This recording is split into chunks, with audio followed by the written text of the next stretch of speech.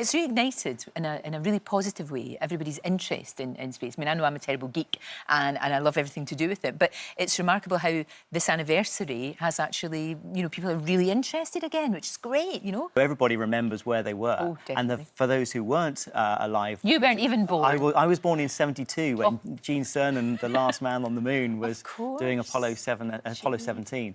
But even for people like myself who weren't alive to watch the landings, to see the footage and to be born into a world where humans have walked on the moon is, you know, hugely inspiring. I sat in a cockpit as a teenager and got the chance to fly, and from that moment onwards, I knew I wanted to be a pilot. Yeah. So I followed a career as a pilot, and I was fortunate enough to have the opportunity to be an astronaut later. It's fun to reflect. I mean, I saw that for 6 months out of my window, but it never gets old. I mean, every time you see the Earth from space, you're seeing a different part of the planet, or even if it's the same part, you're seeing different conditions, different weathers, different seasons.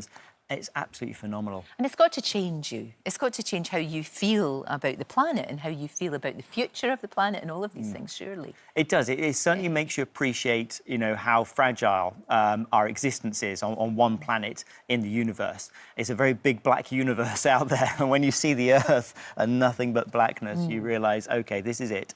This is home. We need to look after it. And every time you see a sunrise or sunset, you get to see just how thin the atmosphere is.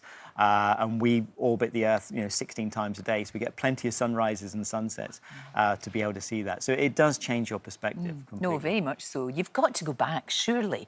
Will there be an opportunity for you to go back? I certainly hope so, yes. Myself and my classmates at the European Space Agency, we all hope to have a second mission by 2024.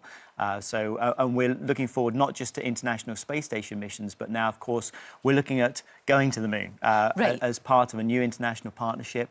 We're at the European Space Agency, we build the service module for NASA's Orion spacecraft. And so this is the spacecraft that's going to take us back to the moon. And we're building a gateway in lunar orbit, and that will facilitate the lunar landing missions, and also in the future it will facilitate missions to Mars. Would you ever go back up there again? If somebody said to you, you can go back up this afternoon, would you do it? This afternoon? No. See, I've got an appointment this afternoon. Right, OK. Maybe tomorrow? You know what I tell people? I did it once. Yeah. And I'm more valuable here than up there. Yeah, that's probably true. Inspiring people. And as if you weren't cool... If they would only listen. I know. But you know what? As if you weren't cool enough, you inspired Buzz Lightyear. You did. Yeah. You did. Well...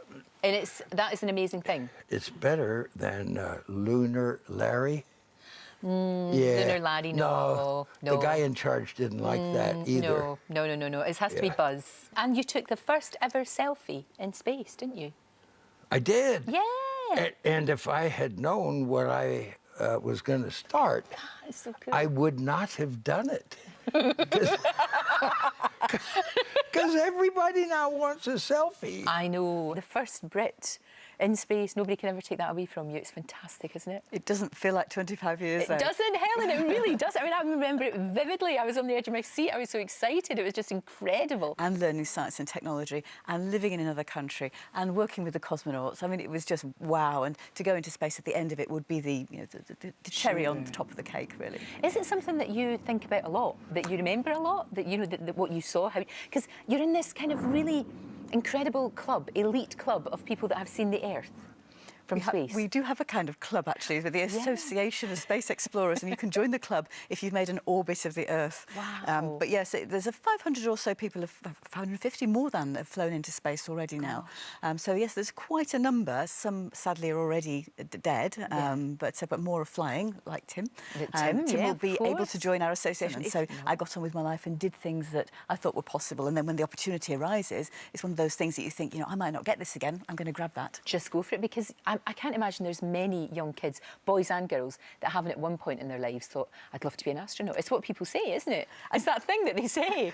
And it's kind of said ironically, but yet it is this just a fabulous thing to be able to do. Amazing. And apart from the training, when you're in space, you're doing things that you can't do on Earth. And you're seeing those views, and you're with people who you've trained with and who you feel really comfortable with. And there's that Because I think it's your whole life. You know, you're living your job. You really do have to live your job up there. So it's quite intense and focused. Sure, no, very much so. So you really do remember those kind of periods in your life. And you must still be in touch with the men from back there, you know, the cosmonauts as well, because that bond, as you said, and that trust that you have to have, because every single one of you has to be on it all the time. Yes. You know? I mean, particularly if you've got an emergency situation. So it's similar to Tim Peake. We had a problem during our docking, except we knew a bit further away. So we had to do a manual docking. But we each had stuff to do, jobs to do on board the spacecraft.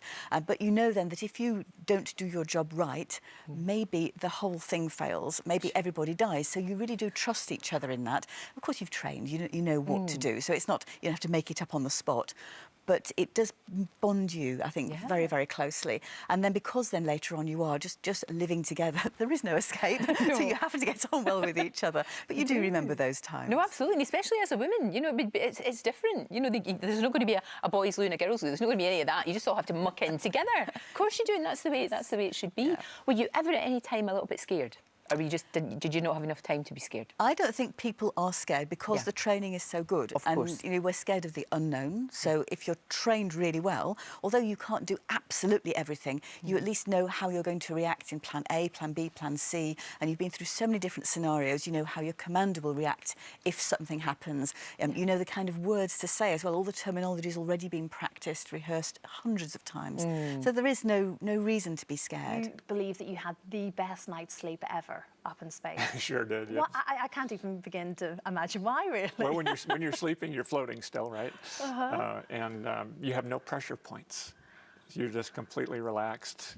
And we get in a sleeping bag and we anchor it down so that you don't float around and bump into things and wake up. And I used to sleep on the ceiling just because I could. Because you could, absolutely. Well, as you say, everything has to either be sort of hammered down or velcroed down. Velcroed down. Which is, so you're living in a world of Velcro up there, obviously, even things like brushing your teeth and toothpaste and all of those sorts of things. Everything has a piece of Velcro on it so you can anchor it, yes. That's just extraordinary, isn't it? The footage is just incredible, absolutely incredible.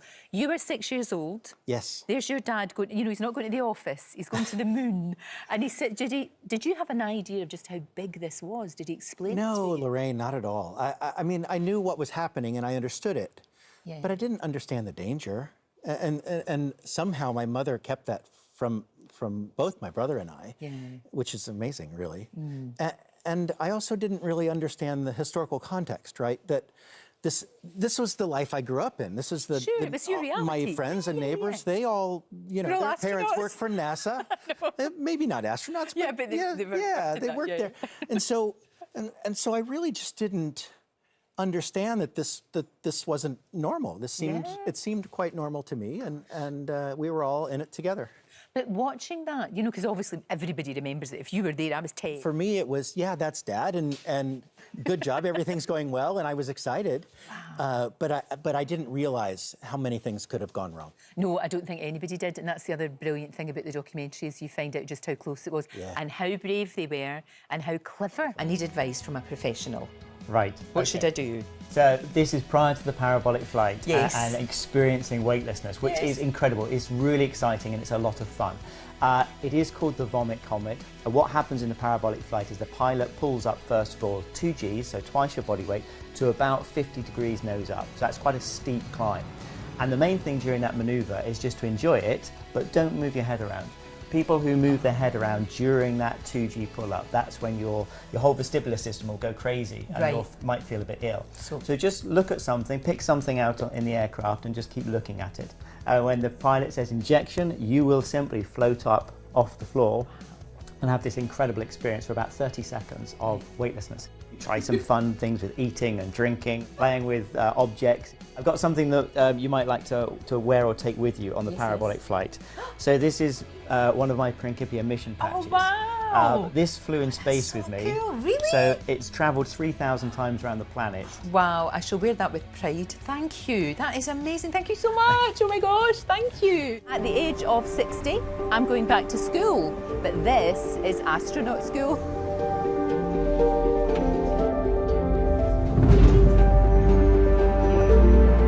She's going to go through the full experience. We're going to put her in a simulator where she can control a flight to Mars and she can actually get in the Martian vehicle and go to Mars. By the time she finishes this whole thing, it's almost like she's been there, done that. This is all preparing her for the zero-gravity flight. Pilot, emergency seal. Lorraine, I know you have aspirations of flying in space, and I wish you all the luck in the world because you can't beat that experience.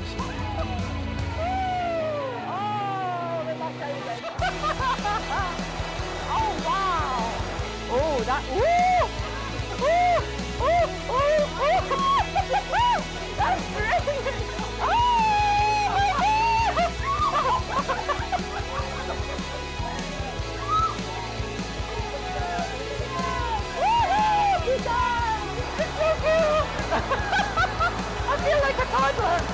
Everything you think you know about your body, you don't know. It's so hard to describe. It's so strange. Nothing makes sense, but in a really good way. Here we go.